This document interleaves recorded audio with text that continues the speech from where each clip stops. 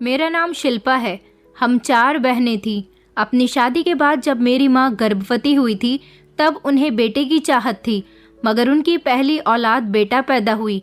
माँ के तो सारे सपने चूर चूर हो गए थे और उन्हें इस बात पर बहुत गुस्सा आया था। वो अपनी बेटी को बिल्कुल भी पसंद नहीं करती थी। उनका कहना था कि मुझे बेटा चाहिए था, तो फिर बेटी कैसे हो गई? मगर ये तो अपने अपने नसीब की बात होती है। पिताजी ने उनको समझाया था कि बेटियां भी तो बेटों से कम नहीं होती, तुम इनमें फर्क क्यों कर रही हो? मगर माँ थी कि किसी की नहीं सुनती थी। फिर उसके बाद दोबारा से मेरी माँ प्रेग्नेंट हुई थी। उन्हें फिर से उम्मीद जगी थी कि उन्हें बेटा पैदा होगा, मगर फिर से उनकी उम्मीद टूट कर रह गई थी। इस बार तो उन्होंने मेरी दूसरी बहन को गोद में ही नहीं लिया था। इस बार भी पिताजी ने उनको यही समझाया था कि बेटियां तो लक्ष्मी का रूप होती हैं, मगर इस बार भी मेरी माँ मानने के लिए तैयार नहीं थी और बार बार यही कह रही थी कि मुझे बेटा चाहिए। मेरी माँ की दोनों ही बेटियां बहुत रोने वाली थीं, उनको बहुत तंग करने वाली थीं। इसलिए मेरी माँ से सब लोग कहते थे कि तुम इन दोनों की परवरिश ही अच्छे तरीके से कर लो, यही तुम्हारा बेटा है और यही तुम्हारी बेटियां हैं। मगर माँ का तो यही कहना था कि जब तक वो बेटा पैदा नहीं कर लेती तब तक वो हार नहीं मानेंगी। बेटे के चक्कर में मेरी माँ की 4 बेटियां हो गई थी। मैं सबसे छोटी बेटी थी। हम चारों बहनों से ही हमारी माँ प्यार नहीं करती थी। हमेशा उनके मुंह पर यही रहता था कि चारों की चारों कलंकनी पैदा हुई है। वो हम चारों बहनों से घर के सारे काम करवाया करती थी। हम लोगों ने ठीक से होश संभाला भी नहीं था कि उन्होंने हमसे घर के काम करवाने शुरू कर दिए थे।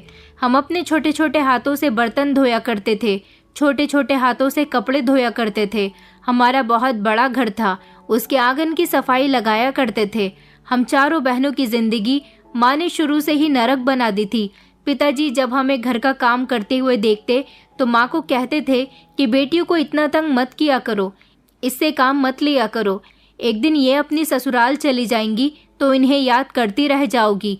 इनको पढ़ाओ लिखाओ, इनकी परवरिश अच्छे से करो, क्योंकि ये पराया धन है। माँ कहती थी कि मुझे इनसे कोई मोहब्बत नहीं है। तुम ठीक कहते हो, ये पराया ही धन है, इनकी इस घर में कोई जगह नहीं है। एक दिन ये लोग शादी करके चली जाएंगी, आपकी सारी जमा पूंजी भी ले जाएंगी। अगर इन चारों की जगह 4-4 बेटे होते तो आपका कारोबार कहाँ से कहाँ होता। आपको कोई मेहनत मजदूरी भी नहीं करनी होती।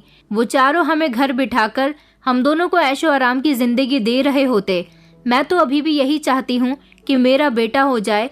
मैं तो हमेशा उसे ही प्यार करूंगी। इन लोगों को देखकर कभी मेरी ममता जागती ही नहीं है। जब तक ये यहाँ रहेंगी मैं इनके साथ इसी तरह से सुलूक करूंगी। इस बात पर पिताजी को गुस्सा आ जाता था। वो माँ से कहते थे, अगर तुम्हें बेटे की इतनी ही चाहत है, तुम्हारा बेटा मुझसे नहीं हो रहा तो तुम किसी और से शादी कर लो, शायद उससे तुम्हें बेटा पैदा हो जाए, तुम्हें सुकून मिल जाएगा और मेरी बेटियों की जिंदगी भी सुकून से गुजरेगी। मैं अपनी बेटियों के खिलाफ ऐसी बातें और नहीं सुन सकता।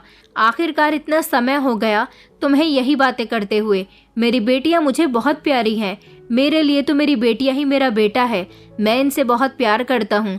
मेरी खातिर तो तुम मेरी बेटियों के साथ प्यार मोहब्बत से रहा करो।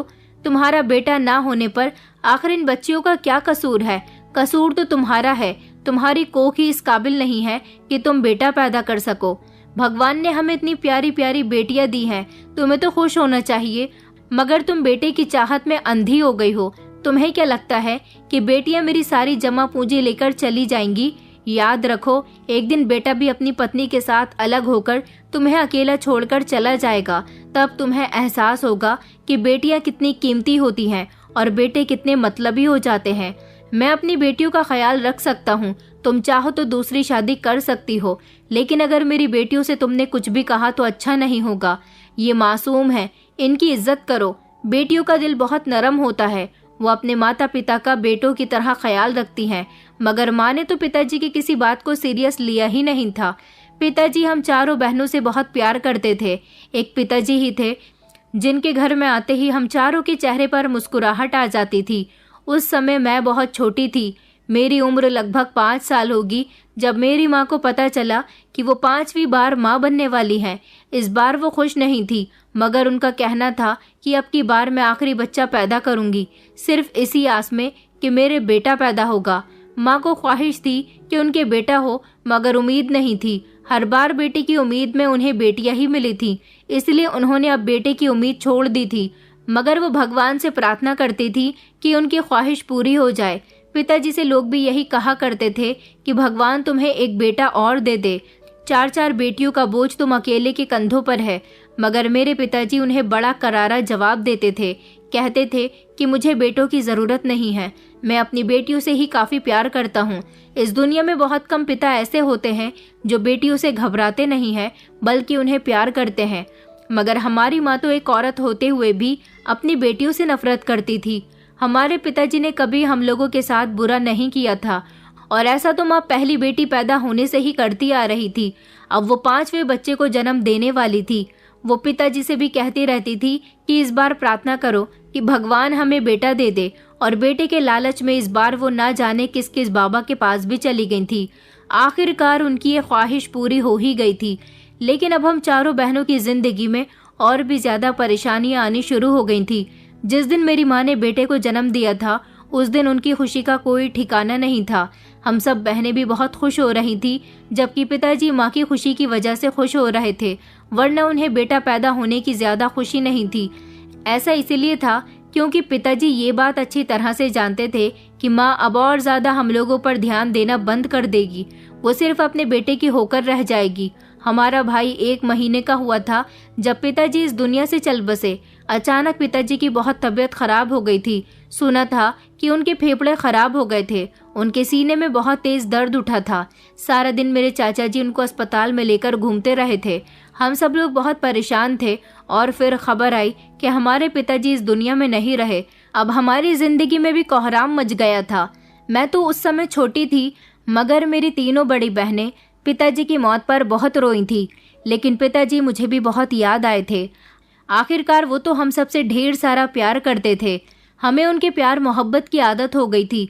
अब हमें कोई प्यार करने वाला नहीं बचा था। हम अपने छोटे भाई को प्यार करते थे। उसके पास खेलने के लिए जाते तो माँ हमें उसे छूने तक न देती थी, और कहती थी कि मेरे बेटे को अपनी नज़र मत लगाना। तुम चारों बहनें अपना मनहूस साया भी मेरे बेटे पर मत पड़ने देना। धीरे धीरे वक्त इसी तरह से गुजरता चला गया।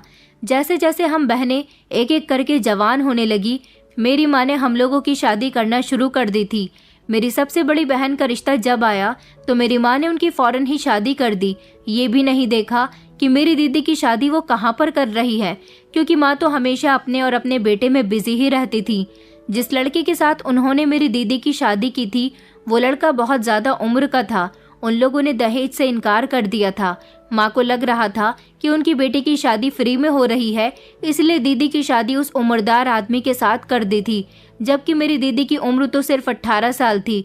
फिर उसके बाद उन्होंने दूसरी बहन की शादी की, जब वो भी 18 साल की हो गई। हम बहनें जैसे जैसे 18 साल की होती जा रही थी, माँ हम लोगों की शादी करती चली जा रही थी। उन्होंने ये भी नहीं देखा था कि उन्होंने अपनी बेटियों को कैसे घरों में झोंक दिया है। बस जहाँ से उन्हें लगता कि बेटियां फ्री में विदा हो रही है, उधर से ही वो उनकी शादी कर दिया करती थी। हम चारों बहनें ही बेहद खूबसूरत थीं, इसलिए हमारे रिश्ते भी आसानी से आ गए थे। लोग बिना दहेज के भी हमसे शादियां करने के लिए तैयार थे, और हम चारों बहनों में से 3 बहनों के भाग तो फूट गए थे। मगर एक बहन थी जो दूसरे नंबर वाली थी। वो अपनी ससुराल में खुश रह रही थी। बाकी हम तीनों अपनी ससुराल में बहुत परेशान रहते थे। मेरी सबसे बड़ी दीदी, जिनके पति की उम्र उनसे दुगनी थी, वो बीमार रहता था। मेरी शादी तो एक ऐसे इंसान से करवाई गई थी जो चोरी किया करता था। मैं उसकी ऐसी हरकतों से बहुत तंग थी। वो शराबी था और जुआ भी खेलता था। जबकि मुझसे बड़ी वाली मेरी बहन की शादी हुई थी तो उसकी सास उसे बहुत तंग करती थी। हम लोग बहुत परेशानी के दिन गुजार रहे थे, मगर हमारी माँ को इस बात का एहसास ही नहीं था कि हम अपने ससुराल में खुश भी हैं या नहीं। हमारी माँ से लोग कहा करते थे कि तुम्हें अपनी बेटियों की शादी करने की इतनी भी क्या जल्दी है, पहले उन्हें ठीक से जवान तो हो लेने देती। लेकिन मेरी माँ ने कहा कि इन सब की परवरिश के बीच में अपने बेटे की तरफ ध्यान नहीं दे पा रही थी। अब ये अपने घर की हो गई हैं और इन्हें जिम्मेदारी संभालनी आ जाएगी। आसपास के लोग मेरी माँ की सोच पर बहुत अफसोस करते थे और कहते थे कि तुम पागल हो गई हो, तुम्हारा दिमाग खराब हो गया है, जाकर अपना इलाज करवाओ। बेटियां तो बड़ी प्यारी होती हैं और भगवान भी इससे खुश रहता है, तुम कैसी माँ हो जो अपनी ही बेटियों से इतनी नफरत करती हो। मगर हमारी माँ तो किसी बात पर ध्यान ही नहीं देती थी। उन्होंने हम चारों बहनों में से किसी को भी कभी स्कूल नहीं भेजा था। पिताजी कहते भी थे कि मैं अपनी बेटियों को अच्छी शिक्षा दिलवाना चाहता हूँ, मगर माँ कहती थी कि कोई ज़रूरत नहीं है फिजूल खर्ची करने की। इन लोगों को पढ़ा लिखा कर क्या होगा, शादी के बाद तो इन्हें रसोई ही संभालनी है। लेकिन उन्होंने अपने बेटे का एडमिशन गांव के सरकारी स्कूल में करवा दिया था। वो तो उनकी आंखों का तारा था, उनके दिल का सुकून था। बचपन से लेकर जवान होने तक उन्होंने उसकी हर ख्वाहिश को पूरी किया था। वो जैसा चाहता था माँ उसके लिए वैसा ही कर दिया करती थी। हमारे गांव के बाजार में पिताजी की कुछ दुकानें थीं जो उन्होंने किराए पर दे दी थी। उनका जितना भी किराया आता था वो माँ अपने और अपने बेटे के ऊपर लगाया करती थी।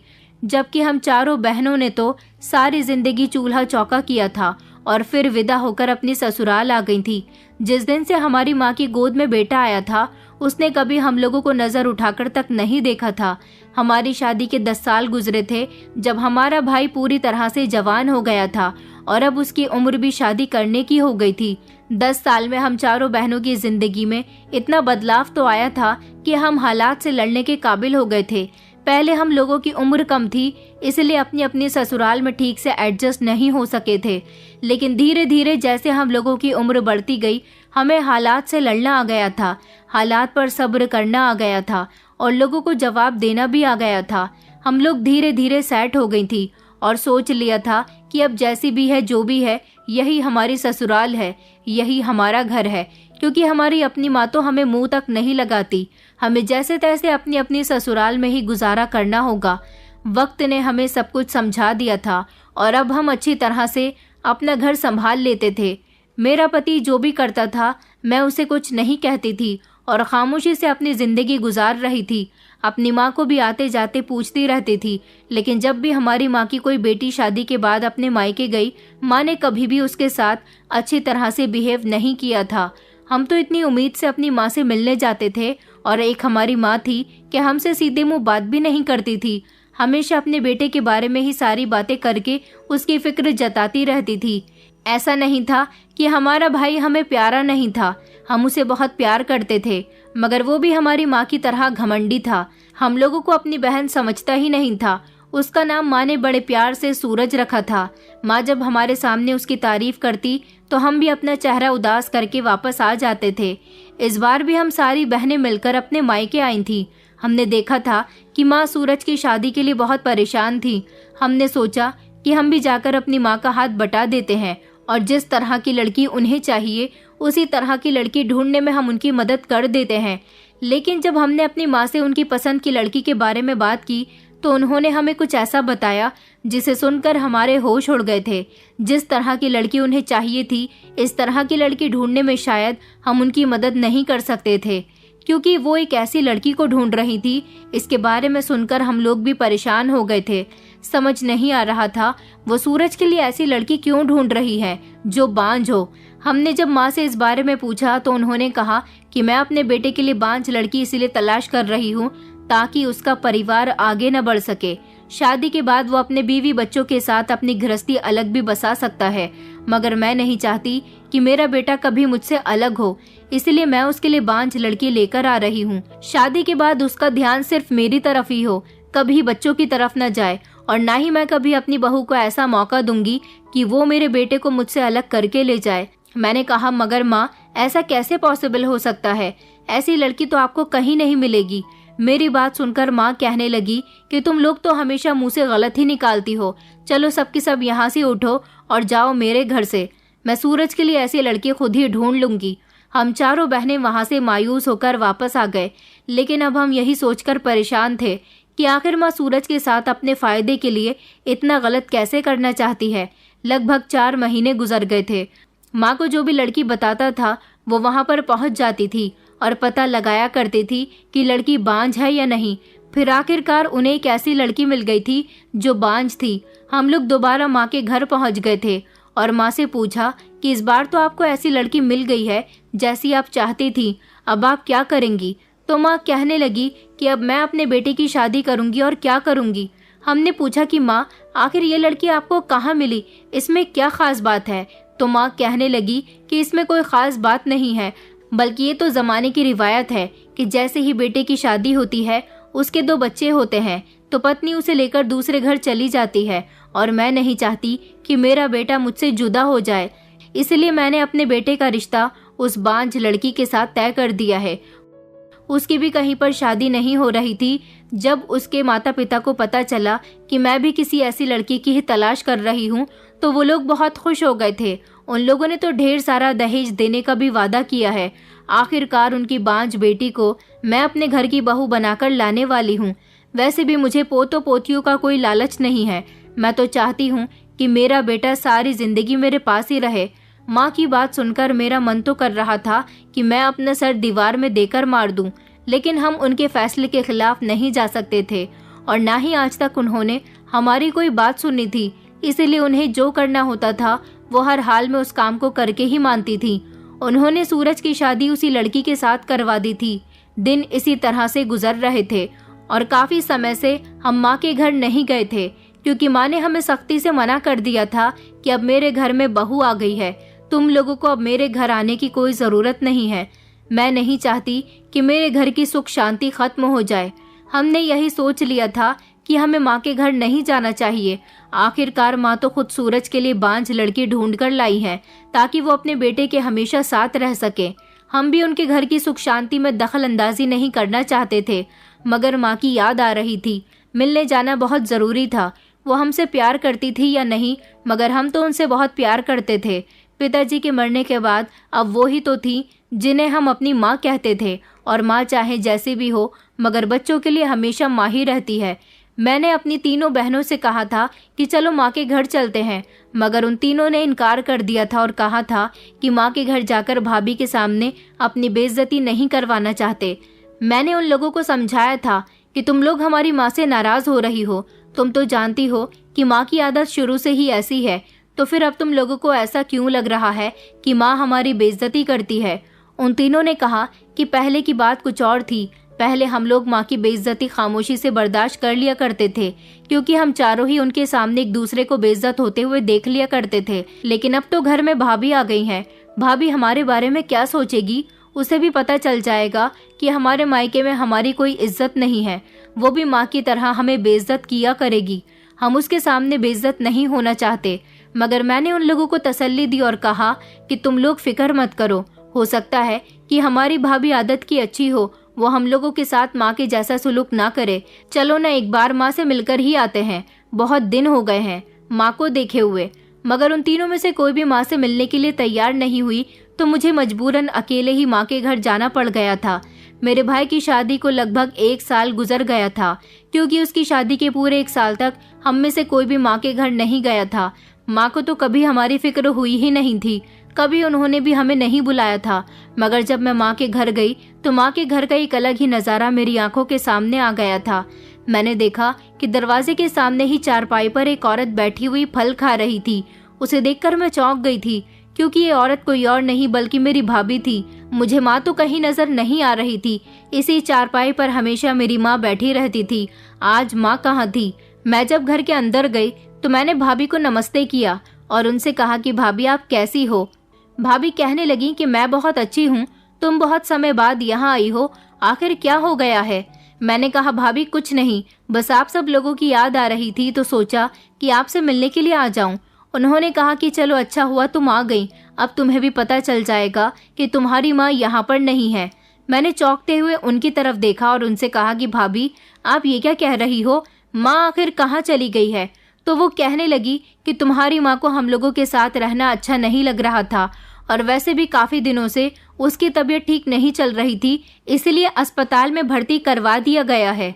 अस्पताल में है तुम्हारी माँ, जाकर अपनी माँ से मिल सकती हो। मैं तो भाभी की ये बात सुनकर हैरानी रह गई थी। अगर माँ की तबीयत खराब थी तो भाभी इतनी रिलैक्स कैसे हो सकती थी? और सूरज कहाँ था? सूरज तो घर में कहीं भी दिखाई नहीं दे रहा था। मैंने उससे कहा कि सूरज कहाँ है?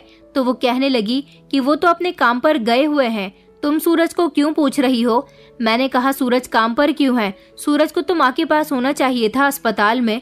तो वो कहने लगी कि हमने तुम्हारी माँ का कोई ठेका नहीं ले रखा है। वो औरत मुझे अपने वश में करना चाहती थी कि मैं इस घर में उसकी नौकरानी बनकर रहूं, मगर ऐसा नहीं हो सकता। मैंने तो उल्टा उसे ही नौकरानी बना दिया। ये कहकर वो जोर जोर से हंसने लगी। मैं बार बार उससे पूछ रही थी कि माँ कौन से अस्पताल में है, मगर वो मुझे नहीं बता रही थी। कह रही थी कि मैं नहीं जानती इस बारे में, तुम्हारे भाई को पता है, वो तुम्हारी माँ को कहाँ पर भर्ती करके आया है। मेरी कुछ समझ नहीं आ रहा था कि मैं क्या करूं। मैं अपनी तीनों बहनों के घर चली गई थी और उनको जब मैंने ये बात बताई तो उन लोगों के भी होश उड़ गए थे। मैंने कहा वहाँ पर माँ मौजूद नहीं है, हमें माँ की तलाश करनी होगी। माँ के बारे में सुनकर हम लोग तड़प उठे थे। आखिरकार हम उनकी बेटियां थीं। वो तीनों मेरे साथ माँ की तलाश करने के लिए निकल पड़ी थी, लेकिन उससे पहले हमें सूरज से बात करनी थी। हम लोग सूरज जहाँ नौकरी करता था वहाँ पर चले गए थे। जब वहाँ सूरज को पता चला कि हम उससे मिलने के लिए आए हैं तो वो हमसे बात करने के लिए अपनी फैक्ट्री से बाहर निकल कर आ गया था और हम लोगों को डांटने लगा। कहने लगा कि तुम चारों यहाँ क्यों आई हो, तुम जानती हो ना कि ये मेरे काम की जगह है। हमने उससे कहा कि तुमने हमारी माँ के साथ क्या किया है और तुम हमें बताओ कि वो कौन से अस्पताल में भर्ती हैं। तो वो कहने लगा कि मैंने तुम्हारी माँ के साथ कुछ नहीं किया, उनकी तबीयत खराब हो रही थी, उन्हें सरकारी अस्पताल में भर्ती करवा दिया है, जाकर उनसे मिल लेना, देख लो जाकर उनके हालचाल कैसे हैं। हम तो सूरज की बातें सुनकर दंग रह गए थे। हमने कहा सूरज, ये तुम किस तरह की बातें कर रहे हो, तुम्हें इस समय माँ के साथ होना चाहिए था। भला माँ ने तुमसे सारी जिंदगी कितना प्यार किया, कितने लाड प्यार से उन्होंने तुम्हारी परवरिश की है, तुम्हारी शादी कितनी अच्छी लड़की से करवाई है और तुम हो कि उसके साथ ऐसा कर रहे हो। मेरी बात सुनकर वो जोर जोर से हंसने लगा और कहने लगा कि तुम पागल हो गई हो, कौन सी माँ, कैसी माँ, मेरी कोई माँ नहीं है। उस औरत को तुम माँ कह रही हो जिसने मेरी शादी बांझ लड़की के साथ करवा दी और उसे वो खुद ही ढूंढ कर लाई है। जो औरत अपनी बेटियों की सगी नहीं हुई तो वो अपनी बहू की सगी कहाँ से हो सकती है। जिस दिन से उन्होंने मेरी शादी करवाई है उस दिन से वो मेरी पत्नी के साथ बहुत खराब व्यवहार करती है, उसको बात बात पर बांझ होने के ताने देती है, मगर वो ये नहीं जानती कि मेरी पत्नी शहर से पढ़ लिख कर आई है। मेरी पत्नी भले ही रहती गांव में है मगर उसने अपनी शिक्षा शहर से हासिल की है। जब उसने देखा कि उसकी सास उसे बांझ होने के ताने दे रही है और बहुत तंग कर रही है तो उसने माँ के साथ अपना बदला लेना शुरू कर दिया। क्योंकि जिस समय मेरा और मेरी पत्नी के साथ रिश्ता तय हुआ था उन्होंने मेरे घर वालों से ये वादा किया था कि वो मेरी पत्नी को किसी तरह की कोई कमी नहीं होने देगी, क्योंकि वो चाहती है कि उनके बेटे की शादी किसी ऐसी लड़की के साथ हो जो सारी जिंदगी बेटे को माँ से अलग ना करे और बच्चे भी पैदा ना करे। मगर वो बेचारी भी क्या कर सकती थी, माँ ने तो उसका जीना ही दुश्वार कर दिया था, घर का सारा काम उस पर डाल दिया था। माँ हमेशा उसे मुझसे अलग रहने के लिए कहती थी। रात को हम लोग जब बिस्तर पर सोते तो हमारे कमरे में आकर लेट जाती थी। हम दोनों की जिंदगी में कोई प्राइवेसी नहीं रही थी, हम दोनों को कहीं साथ बाहर घूमने भी नहीं जाने देती थी। वो बेचारी ये सब कुछ देखकर बहुत तंग आ गई और फिर उसने माँ के साथ अपना असली रूप दिखाना शुरू कर दिया, क्योंकि उसे ये भी पता चल चुका था कि शादी से पहले उन्होंने तुम सबके साथ कैसा व्यवहार किया। जो औरत अपनी बेटियों की ना हो सकी वो किसी और की क्या होगी। इसी बात का बदला मेरी पत्नी आज मेरी माँ से ले रही है और मैं भी जो होता रहा वो अपनी आंखों से देखता रहा। मैंने ये सब कुछ रोकने की कोशिश इसीलिए नहीं की क्योंकि मेरी माँ को भी पता चलना चाहिए कि उन्होंने मेरी शादी बांझ लड़की के साथ करवाकर कितनी बड़ी गलती की है। मैं चाहता था कि शादी के बाद मैं अपनी पत्नी के साथ एक खुशहाल जिंदगी गुजारूं, मगर माँ तो मुझे सुकून से अपनी पत्नी के साथ 5 मिनट बैठने भी नहीं देती थी। भला माँ के होते हुए मेरी सारी जिंदगी सुकून से कैसे गुजर सकती थी। मेरी पत्नी ने माँ पर अपना जोर देना शुरू कर दिया। माँ उसे एक कहती तो वो माँ को 10 सुनाया करती थी। उसने अपनी चुप्पी तोड़ दी थी और ऐसा करने में मैंने उसका साथ दिया था। मगर धीरे धीरे माँ बीमार रहने लगी। मैं माँ को अस्पताल में भर्ती कर आया और मैं नहीं चाहता कि माँ मेरी जिंदगी में शामिल होकर मेरा और मेरी पत्नी का सुख चैन छीन ले।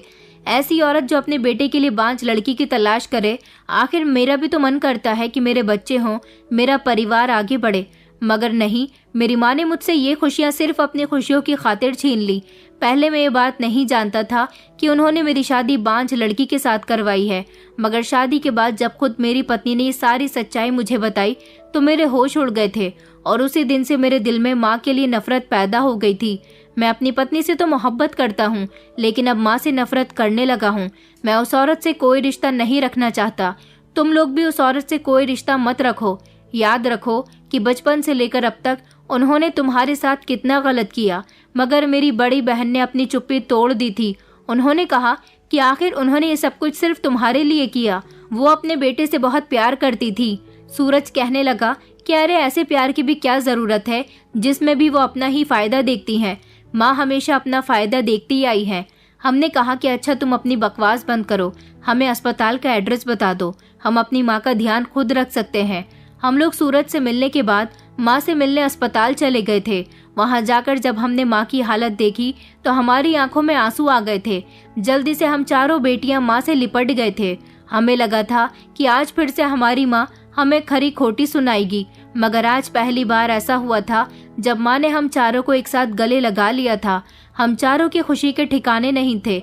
इतने सालों के बाद ही सही, मगर माँ ने हमें अपनी बेटियां तो माना था। पहली बार उन्होंने अपने गले से लगाकर कहा था कि मुझे तुम चारों की याद आ रही थी। माँ के ऐसे शब्द सुनकर हमारी आंखें फटी की फटी रह गई थी। हम लोग बड़ी गौर गौर से उन्हें देख रहे थे। आज ऐसा लग रहा था कि हमारी माँ जिंदा है, वरना तो हमें सदियों से यही लगता आया था कि हमारी माँ हमारे साथ ही नहीं है। आज माँ हमें इस तरह से प्यार कर रही थी जिस तरह से पिताजी किया करते थे। उन्होंने उस दिन कहा था कि मुझे माफ कर दो, मैं तुम चारों की बहुत बड़ी गुनाहगार हूँ। बेटे के लालच में आकर मैंने तुम चारों के साथ बहुत गलत किया, मगर कहते हैं ना कि बेटियां तो बेटियां ही होती हैं। बेटियों का दिल बहुत नरम होता है, शायद बेटों का दिल बहुत सख्त होता है। मैंने अपने बेटे के लिए क्या कुछ नहीं किया। मैं तो चाहती थी कि उसकी पत्नी आ जाए तो किसी भी तरह वो अपनी पत्नी के कहने में न आए, मगर लाख कोशिश करने के बावजूद भी वो अपनी पत्नी का होकर रह गया। हम लोगों ने माँ को समझाया कि आपने जो उनके साथ किया वो भी गलत था। ऐसा मुमकिन ही नहीं हो सकता कि कोई बेटा सिर्फ अपनी माँ का होकर रह जाए। आखिरकार उसे सारे रिश्ते निभाने पड़ते हैं। आपने उनके साथ भी तो बहुत गलत किया। आपने उनकी शादी एक बांझ लड़की के साथ करवा दी। वैसे तो वो अपनी पत्नी के साथ खुश है, मगर सारी जिंदगी उनके बच्चे नहीं होंगे तो वो आपको कोसते रहेंगे, सोचेंगे कि आपकी वजह से ही उनका परिवार आगे नहीं बढ़ सका। माँ अब आपको बदलना होगा। माँ कहने लगी कि हाँ बेटा, वक्त और हालात ने मुझे बदल दिया है। बहू ने मेरे साथ बहुत गलत किया, मगर शायद उसने मेरे साथ वही किया जो मैंने उसके साथ किया था। वो बहू थी, इसलिए उसने मुझसे अपना बदला ले लिया। तुम लोग तो मेरी बेटियां थी, मगर तुमने कभी पलटकर मुझे जवाब भी नहीं दिया। मैं तुम लोगों की तरफ से बहुत शर्मिंदा हूँ, मुझे माफ कर दो। तुम्हारे पिताजी बिल्कुल ठीक कहा करते थे। आज मुझे तुम्हारे पिताजी की कही एक एक बात याद आ रही है। मैं अस्पताल में पड़ी हुई काफी समय से तुम लोगों का इंतजार कर रही हूँ, मगर न जाने क्यों मैं तुम लोगों का सामना करने से बहुत घबरा रही थी। लेकिन आज तुम लोग मुझसे मिलने आई हो तो मुझे ऐसा लगता है जैसे मुझे इस दुनिया की सारी खुशियाँ मिल गईं। वो बार बार हमसे माफी मांग रही थी। हमने माँ को बहुत समझाया था कि अब आपको एक ऐसा इंसान बनना होगा जो हर इंसान की तकलीफ को समझे, हर इंसान की कमजोरी को समझे, इस दुनियादारी के माहौल में ढल जाए। आपने तो अपने आप को बिल्कुल अलग बनाया हुआ है। माँ हमारी बात को अच्छी तरह से समझ गई थी। आखिरकार उन्हें वक्त की ठोकर लगी थी। भैया और भाभी को भी हम लोगों ने बहुत समझाया था, और फिर भैया को इस बात का एहसास हो गया था कि माँ ने अपने मतलब के लिए सूरज और उसकी पत्नी के साथ कुछ भी किया, मगर है तो वो उनकी माँ ही। माँ को एक बड़ी बीमारी लग गई थी जिसकी वजह से वो बीमार रहने लगी थी।